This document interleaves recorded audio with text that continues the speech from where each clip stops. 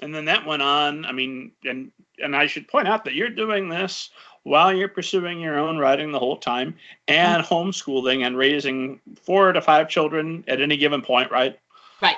I'm serious. You're always raising. You don't stop raising the kids, so you're always raising the 5. But were you homeschooling all 5 at the same time? Well, our youngest daughter is actually 8 years younger than our next one up. So by the time she was starting kindergarten, our oldest son had graduated from high school. So I actually never was technically homeschooling all 5 of them, but I did have all 5 of them in the house, and they all survived. So it's good. And now she's my last one.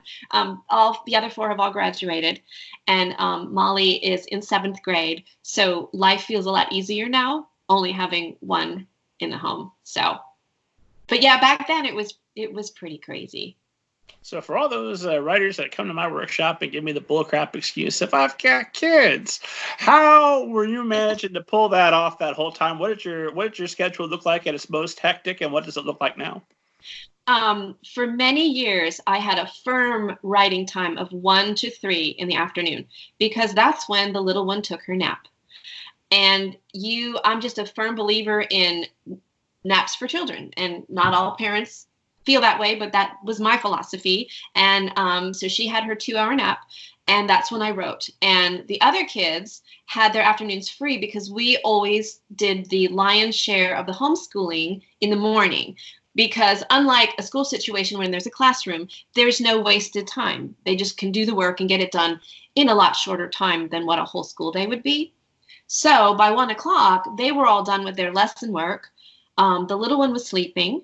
The other kids could pursue whatever it was they would want to pursue, play or whatever. And I would go in my office and write. So that became my modus operandum for many years.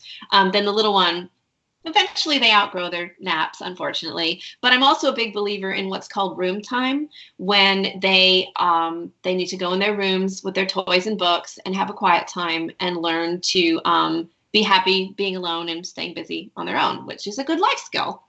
So I continue. I'm doing it. Oh my God. I never even thought of it. Right? He's just turned 6, but now it's time for room time. We're making that a thing.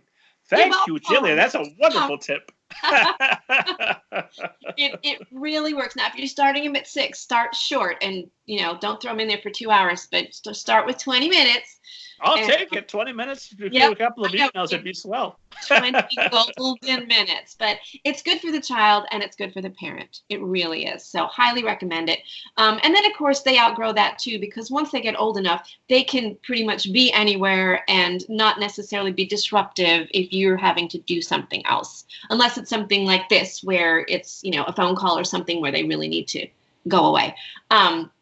But when my other 4 were doing their afternoon thing while I was writing, and I'm not making this up, I put a sign on my door of my office that said, "Do not knock unless something's on fire or you're bleeding from the head."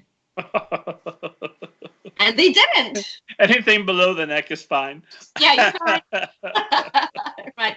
Severed limbs, whatever. Just don't bother me. And pick it up, put it in some milk. We'll take care of it later. It worked for us.